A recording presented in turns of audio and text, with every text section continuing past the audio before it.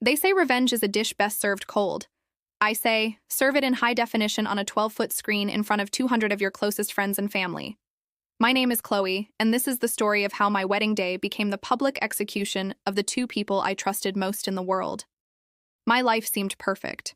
I was 28, engaged to Victor, a respected engineer, and planning a dream wedding. My best friend since childhood, Jasmine, was right by my side as my maid of honor. We were the perfect trio, or so I thought. The invitations were sent, the cake was ordered, and our future was mapped out. But 3 weeks before I was supposed to say, I do, my perfect world didn't just crack, it exploded. It started with a plain manila envelope, no return address. Inside, my hands trembled as I pulled out a stack of photos and a small USB drive. The pictures were from Victor's bachelor party. It wasn't just drunken debauchery. It was him, my Victor, entangled with multiple women. My stomach churned, but I forced myself to plug in the USB. That's when the real horror began. It wasn't just a one-night mistake. It was a calculated 8-month-long affair. And the other person? My maid of honor, my best friend, Jasmine. I listened to their recorded conversations, my heart turning to ice. I heard them laughing about me. They called me boring, predictable, and too trusting. I heard them planning their next secret rendezvous while I was busy with dress fittings and seating charts. The pain was searing, a physical ache in my chest. But underneath the pain, something else began to bubble up. Cold, hard resolve. They thought I was a fragile little doll they could play with and discard. They were about to find out just how wrong they were. Canceling the wedding would have been the easy way out. It would have given them a private slap on the wrist.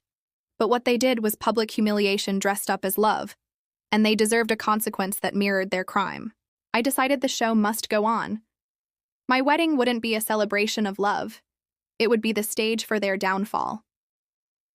For the next 3 weeks, I became the actress of a lifetime. I was the beaming, blissful fiancé. I smiled through caterer calls, finalized flower arrangements, and had long, cheerful conversations with Jasmine about her maid of honor speech. Every, "I'm so happy for you, Chloe," she uttered was another nail in her own coffin. She had no idea that while she was helping me pick out table linens, I was orchestrating her complete social and professional demolition. My first move was to contact the wedding planner. I told him I wanted to surprise Victor with a romantic video montage, a tribute to our love story. I paid a hefty premium for a special request, a massive 12-foot high-definition screen to be secretly installed and hidden behind the altar. He thought it was a wonderfully romantic gesture. My next call was to my cousin, a professional video editor. I sent him the USB drive. His instructions were simple. Create a 10-minute masterpiece of their betrayal. He compiled the most damning photos, the clearest audio clips of them mocking me, and screenshots of their text messages, complete with timestamps that proved this was no fleeting mistake, but a long-term, calculated deception. The day arrived. The church was breathtaking, filled with flowers and the soft glow of candles. 200 guests, a mix of our families, friends, and colleagues, filled the pews. I walked down the aisle, a vision in white. My smile was serene, but my heart was beating like a war drum. Every step I took was a countdown to detonation. Victor was waiting at the altar, looking handsome and utterly oblivious. He squeezed my hand, whispering how beautiful I looked. The ceremony proceeded. Then came the vows. He went first. He looked deep into my eyes, his voice thick with fake emotion. He promised to be faithful, to cherish my trust, and called me his one true love. I could see people in the pews dabbing their eyes. They were completely captivated by the lie. Then it was my turn. I took a deep breath, stepped up to the microphone, and turned to face our guests. "Thank you all for being here," I began, my voice steady. "Before I make my promises to Victor, I have a special presentation I'd like to share. A tribute, really, to the love and honesty that brought us all here today." I gave a subtle nod to my cousin in the sound booth. The lights in the church dimmed slightly. Behind the altar, the hidden screen flickered to life. The first image was a beautiful, smiling photo of Victor and me. The crowd murmured in appreciation. Then it cut to a picture from his bachelor party. A collective gasp rippled through the church. Then another photo, and another. The shock intensified when the video transitioned to screenshots of texts between Victor and Jasmine planning their secret meetings. But the final blow, the moment that shattered the silence, was the audio. Amplified by the church's acoustics, their voices filled the sacred space. Victor's voice, mocking my predictability.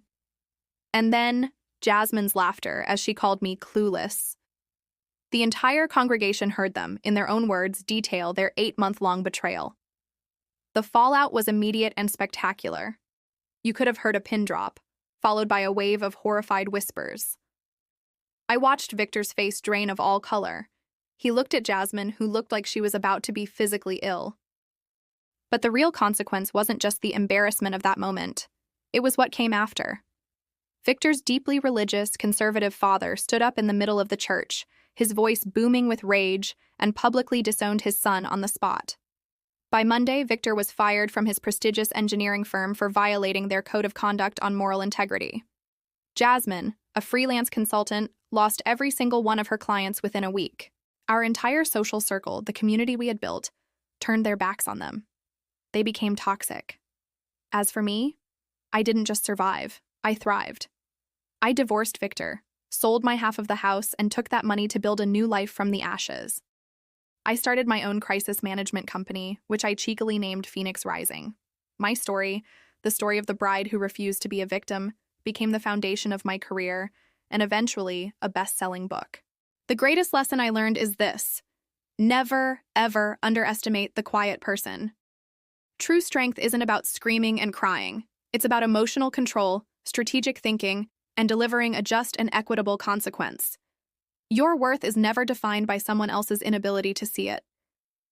Thank you for listening to my story. If you've ever turned a moment of betrayal into a moment of triumph, I want to hear about it. Subscribe to the channel and share your own journey in the comments below. Remember, don't let your pain go to waste. Use it as fuel to become the powerful person they never thought you could be.